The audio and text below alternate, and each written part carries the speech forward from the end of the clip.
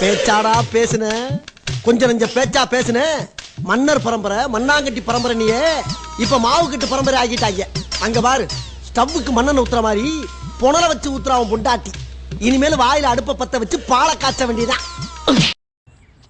அப்பா தீபாவளிக்கு நீங்கள் படுத்தின பாடு இருக்கே, நீங்கள் பண்ண அட்டகாசம் இருக்கே, இந்த இந்தியாவே தாங்க முடியலையா, இந்த இந்தியாவே தாங்க முடியல. ஆனால் நீங்கள் ஒரு வருஷத்துக்கு உண்டான காசை ஒரே மாதத்தில் அவ்வளோ காசையும் எடுத்துருக்கீங்கள ஐயா. எப்படி? ஆனால் இப்போ பார்த்தீங்களா, எல்லாம் பொழந்து போச்சு, மொத்தமாக மூடிட்டிய. முடியல. எனக்கு இதை பார்க்கும்போது எப்படி இருக்குன்னா, குட்டி சப்பான்னு பேர் வச்சது ஒன்றும் சும்மா இல்லையா, நல்லா தான் வச்சுருக்காங்க.